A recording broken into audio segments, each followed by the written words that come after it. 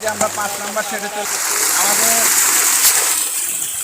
মাছেরা আজকে খাবার দিতে একটু লেট হয়ে যাওয়াতে তারা ক্ষুধায় খুবই ক্লান্ত, তাই দুপুরের লাঞ্চ তাদের একটু দেরি করে হচ্ছে।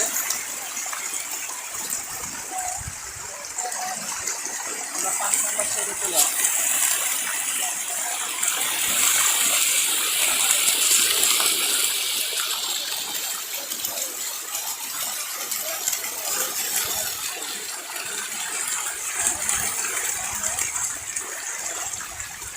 আমরা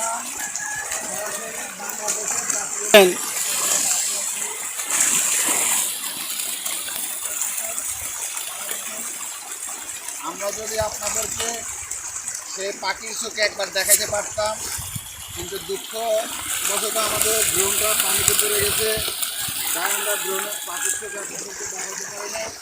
তো আজকের জন্য আল্লাহ হাফেজ, সবাই ভালো থাকবেন। ইনশাল্লাহ আবার কখনো দেখা হবে নতুন ব্লগে। ধন্যবাদ।